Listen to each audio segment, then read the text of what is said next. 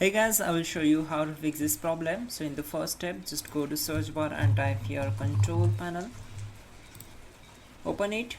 So what you have to do, you need to just follow my screen and we will fix this issue together. So on this window, select view by as large icons and then just scroll down.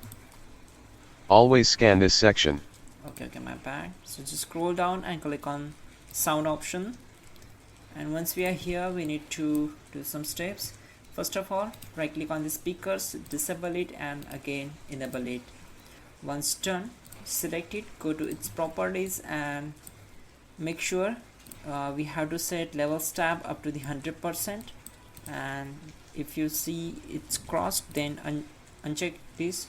It means enable this option, and just go to enhancements tab and we need to check this option, that is disable all enhancements. Once done, click on apply and then OK. Close all windows one by one and then just right click here on the star icon, go to device manager. Now open the sound video game controllers, right click here, select properties, go to drivers tab, go to update drivers and select the first option. Once done, close the window.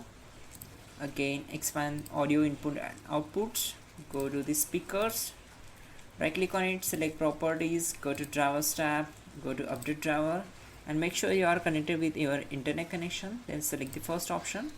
If this not work, then just go back, select the browse my computer for drivers. Now click on let me pick from a list of available drivers on my computer, then select the audio endpoint, or you can select generic software device, one of them. Select next and you can go back and we need to close this window.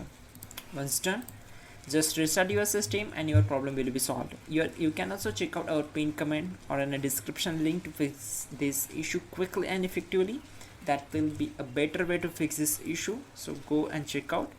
And yeah, like the video and please do subscribe the channel.